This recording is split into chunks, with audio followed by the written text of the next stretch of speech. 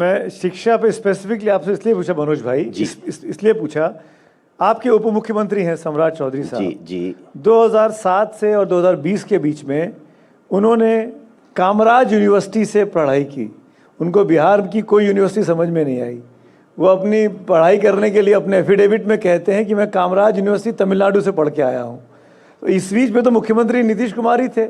यही नीतीश कुमार का सुशासन का काल चल रहा था। तो उस वक्त में आपके अपने नेता को पढ़ने तमिलनाडु जाना पड़ता है। मैं क्या कह रहा हूं कि आप क्या बिना पढ़ा लिखा व्यक्ति राजनीति में नहीं आ सकता क्या?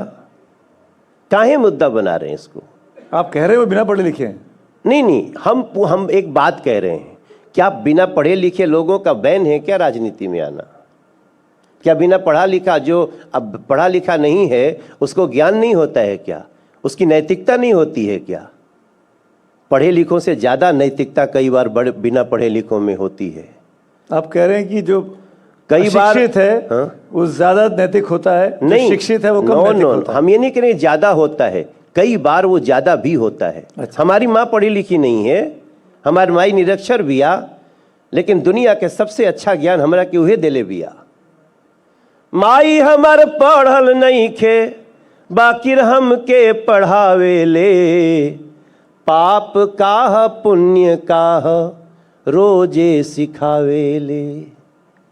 नैतिकता के पाठ हमके माई पढ़ौले बिया, हरे बढ़िया रसतवा पे उहे चलौले बिया। ऐसे कोई के भाव के अनादर करना, अरे बिहार जो बढ़ल बाओ के थोड़ा समझना। किसने बनाया सर?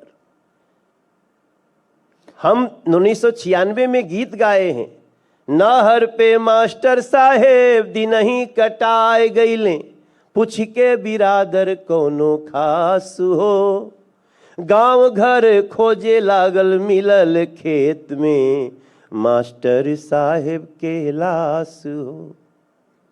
सर आप बिहार को, मैं इस समय 54 इयर्स का हो रहा हूं और मैं उस बिहार को देखा हूं जिसको आज समझना पड़ेगा।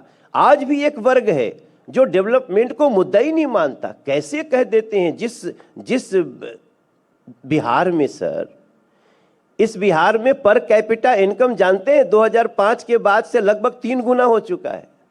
ये बिहार इस समय पूरे देश में जीडीपी बढ़ती हुई देश का दूसरा राज्य है मेरे भाई बहन। इस बिहार के बिजली का 125 यूनिट बिल अब फ्री हो गया है। इस बिहार के 75 लाख महिलाओं को स्वरोजगार के सीएम स्वरोजगार मिला है।